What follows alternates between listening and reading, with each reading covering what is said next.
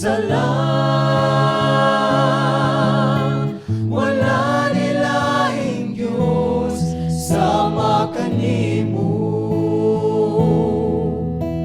Ikaw, O Diyos, gamhanan nga naghatag sa sugo. Kahong alabaw sa tanan, ikaw ang sinugdanan, ug ikaw ang katapusan. Ikaw ang Diyos nga gamhanan, ikaw naghahatag kanamo sa kapasiluan sa sala. Wala nilaing Diyos sama kanimo.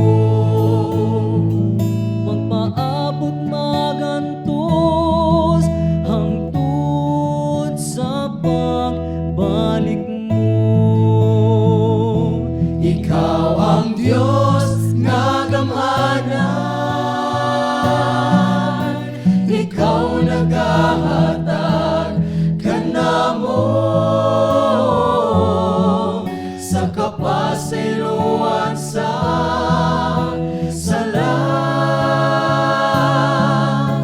Wala nilaing Diyos sama kanimo. Wala nilaing Diyos sama kanimo. Wala nilaing Diyos sama kanimo.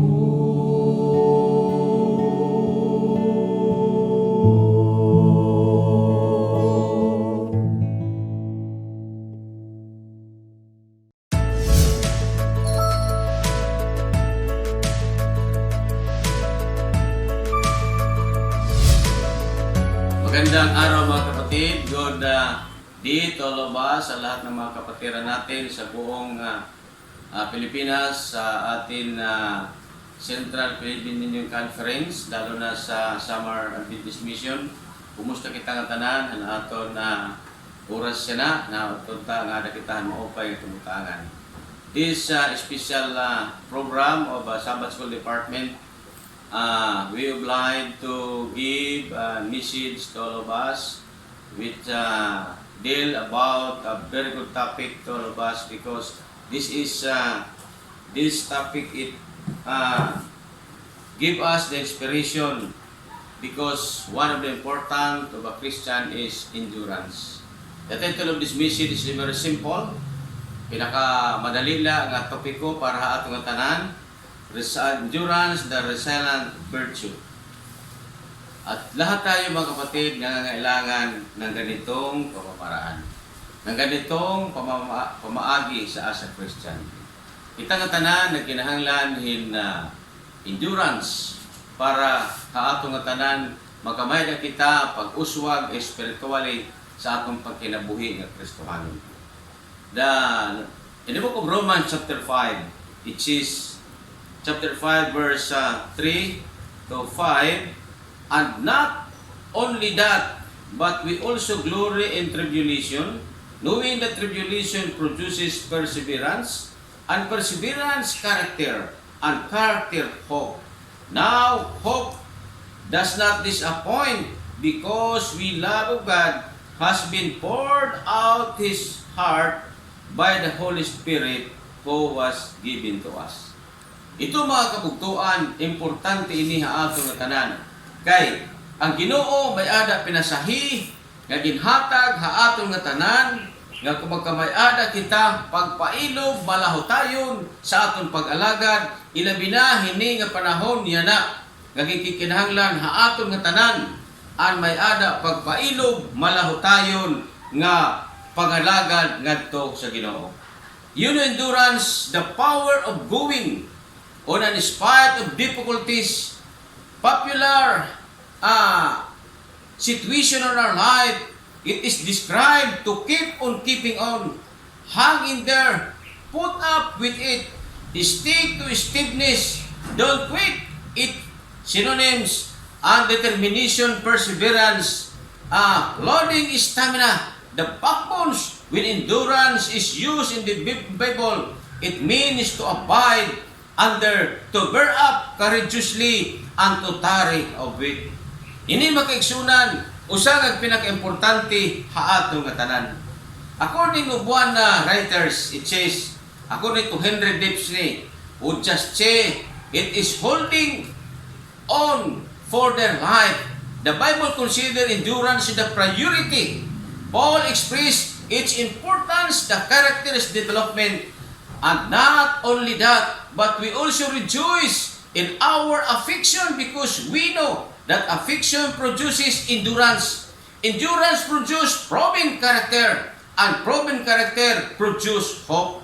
This hope does not disappoint because God loves us, been poured out of His heart through the Holy Spirit who had given to us. The book of Romans chapter 5 verse 3 to 5, according to the Hebrew, he also knew that perseverance was mandatory in the pursuit of character, for you need endurance, so that after you have done, God will give us, you may receive what was promised, according to the book of Hebrew chapter 3 verse 6. So mga kapatid, mga kabugtuan, hapugos nga Pilipinas, kung haan magkita na hingangan to, inihan magkita na lugar yan na, one of the important to all of us is endurance, because endurance, it lead us the highest spirituality of our life. Kaya mga kapatid, ito ang pinaka-importante sa aton nga tanan. One of the reason why we need endurance, because lahat tayo nangangailangan ng pagbabago at pag-uunlad ng ating pananampalataya ng ating Panginoon. Dahil, number one is, accept the unchangeable. You know mga kapatid, kailangan sa atin, tanggapin natin ang ating pamumuhay na ganito ang pangyayari. In the book, according to this passage na binigay sa atin ni Paul, ang sabi nito, we need to accept those things in life cannot be changed, according to William Barclay. Describe endurance as a courageous acceptance of everything life can do to us, and the transmitting of even the worst even into another state on the upward way. Let's face it, some events, circumstances, and invisible, sometimes life not fair, and junction creep into everyone's arena. Sometimes in one way or another, we fall out our unlocked faith of heaven. Mga kapatid, itong ating pag-aaral ngayon, napakahalaga. Kailangan natin, mayroon tayong mga pagbabago, mayroon tayong pananampalataya, dahil there are some times of our life that we need to hold fast until Jesus comes, because our faith is very important to Him.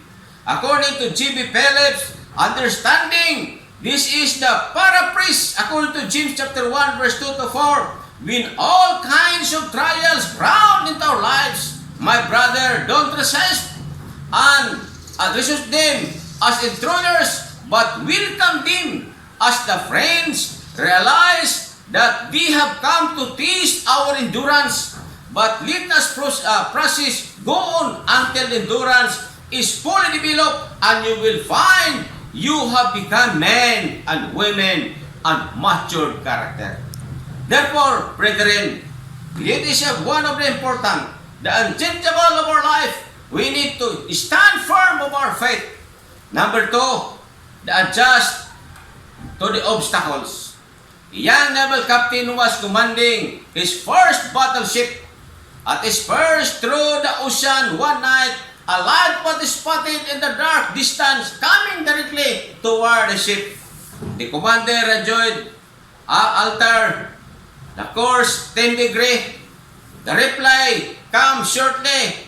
No, you alter your course 10 degree. The undoubted captain angrily sent the message, alter your course, I am destroyer. The reply come quickly, alter your course because I am a lighthouse. Sometimes we have to adjust our way to fit the reality of our life. That's why Solomon wrote, a sensible person sees danger and take cover, but an experience keep going on as punished according to Proverbs chapter 22 verse 3. Some circumstances are unavoidable. Disappointment are certain obstacle, are sure losses will occur. The person will perseverance acknowledge the roadblock and make a judgment. Thomas Carlyle noted, the block of granite that was obstacle and the pathway of weak become a stepping stone and the path of strong. When obstacles of life are attacked because of our adjustment by doing around climbing over the turning under. That's why we need ourselves to be serious and and we know to overcome the obstacle of our life. Mga kapatid, mga kabugtuan, usa ini nga pinaka-importante sa aton nga tanan nga kinahanglan mada naton adjustment na aton endurance, patience sa obstacle sa aton espirituhanon nga pagkinabuhi. Kaya mga kapatid, lalong-lalo na sa ating situation ngayon, mayroon tayong mga obstacle sa ating spirituality. Meron tayong obstacle sa atong Christian life because the devil is doing something to destroy God's people. That's why we need to overcome these obstacles of our life. Number 3, we need to abide with patience. Sometimes in our life, we cannot control our emotion. We do not know how to overcome our emotion. We need patience because patience is very important of our Christian life. Someone said, you can do anything if you have patience. You can carry water in a sieve if you wait until freeze. Unfortunately, most of us aren't that patient.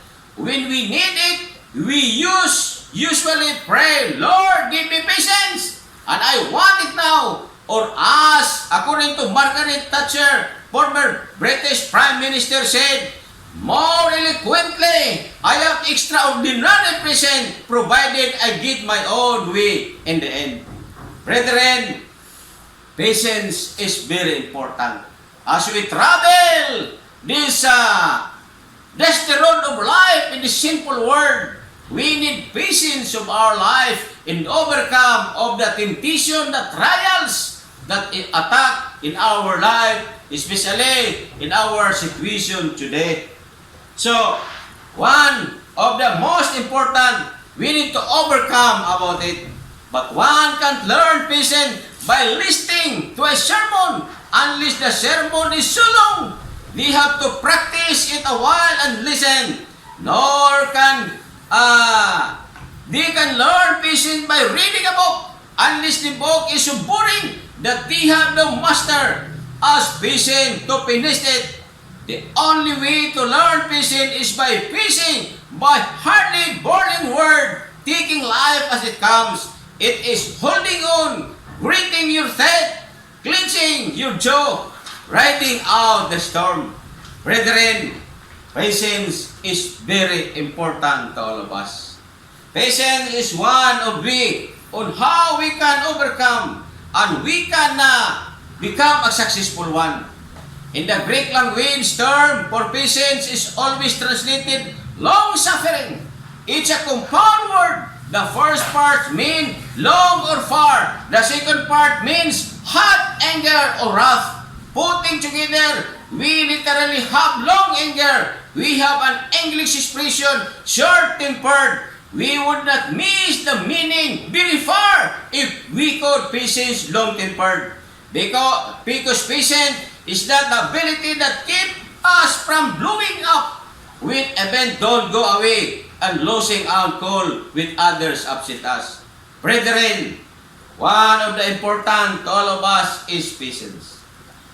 As we continue our study this day, I would like to express our deep gratitude to all of our brethren who are patiently listening to our program, encouraging because there are some place in our country today, especially here in our Central Philippine Union Conference, sa mga simbahan, ang iba, hindi tayo pinapayagan na pumunta sa ating mga simbahan dahil meron mga lockdown na nangyayari.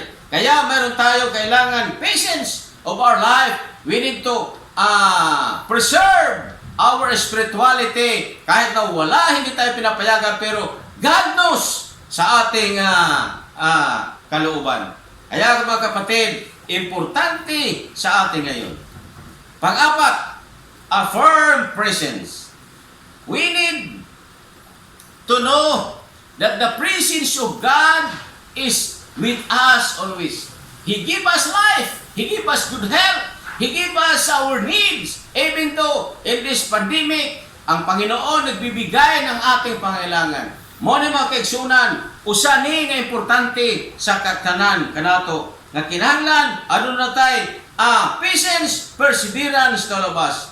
As we progress toward a life that resembles Jesus Christ, we must always remember that God is with us. Sometimes God is like a teacher instructing us with a construction. Sometimes God is fellow workers challenging us to excellence. Sometimes God is a spectator encouraging as we keep on keeping on whatever situation we find ourselves.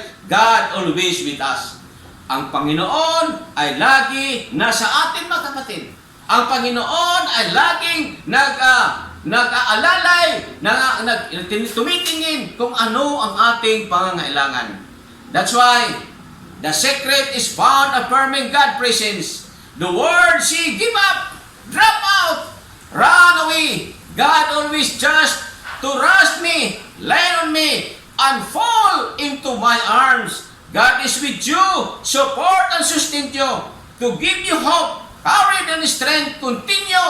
He was promised, my presence will go, and I will give you rest. In the book of Exodus chapter 33, verse 14. Kaya mga kapatid, sa atin lahat, ang pinaka-importante, we feel that the presence of God is with us. He is always in our side. He is looking toward us. He know what is our need. Alam niya kung ano ang ating mga pangailangan. Because the presence of God is always in our lives. That's why, mga kapatid, mga kabugtuan, mga kasangkayan, nga namamati yan na. Ang importante sa aton nga tanan, aton ipakita ang atong pagtuo. Aton mga kabugtuan, sa aton mga kapatiran sa buong sambayanan ng Kristiyano sa Seventh Adventist Church, na tayo mayroong buhay na pananampalataya that we feel the presence of God always. Suddenly the curtain part is spotlight, focused, and impressive, steadily on the stage. In horror, the mother saw palatable. Di ba sa illustration, my dear brethren? Sometimes you are disappointed. O sa minsan, nadi-disappoint tayo, napapahiya tayo. Itong isang illustration ng isang ina na dinala niya ng isang show, presentation. Hindi na nalaman na ang kanyang anak na lalaki nawala sa iyang kiliran, sa ilang tabi. Nawala. At pagtingin niya, nandoon na sa stage, mga kapatid. The mother saw her little boy sitting at the keyboard in the front, innocently picking out and deeply twinkling little stars. His mother gasps, but before she could retrieve her son, the great piano master appeared on the stage and quickly moved the keyboard. He whispered the boy, "Don't quit. Keep playing, leaning over."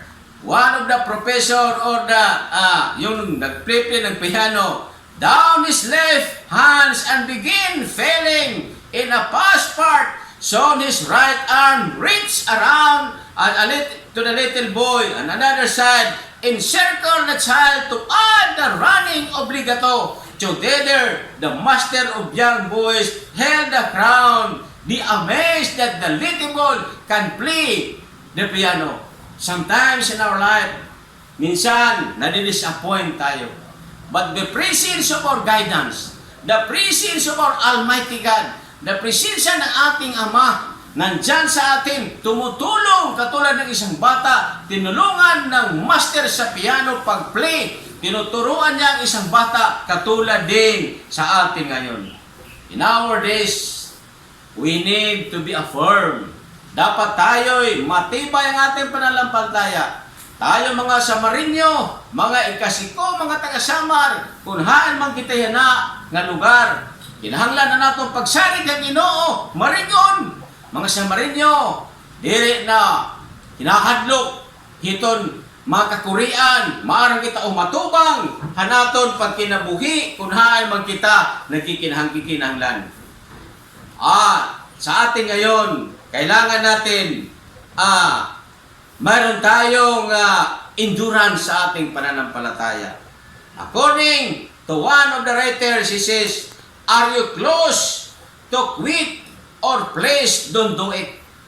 Sometimes sa ating pananampalataya, makakapagsabi tayo,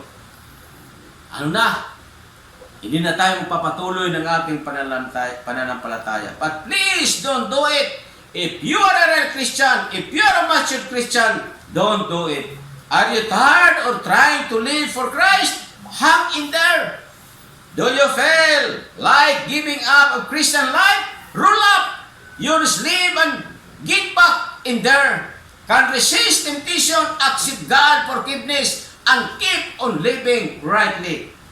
Do you feel that sorrow and disappointment greet you every morning?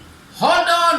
Help just around the corner, because endurance prevents. Blessed is the man endureth the trials, because when we possess the test, we will receive the crown of life that will has promised to those who love Him. According to Joshua chapter 1 verse 12, remember, you are not a failure until you give up. You are not flop until you let go. So don't quit, never give up. Keep going, hold on.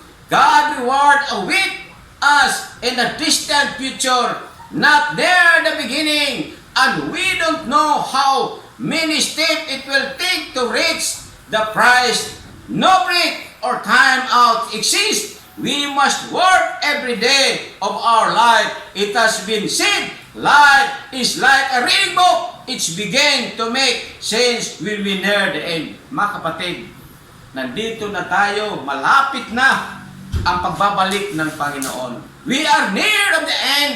We need endurance, patience. We need to know how to overcome obstacles of our life. That's why Jesus is coming soon. Malapit na siya pumalik. Kaya tayo mga kapatid, kita ka mga Samarinyo, tayo mga Seventh Adventist, magpatuloy tayo ng ating pananampalataya dahil mayroong reward na nag-aantay sa atin. Magandang araw, magandang oras sa atin lahat. Thank you and have a good day. Thank you very much.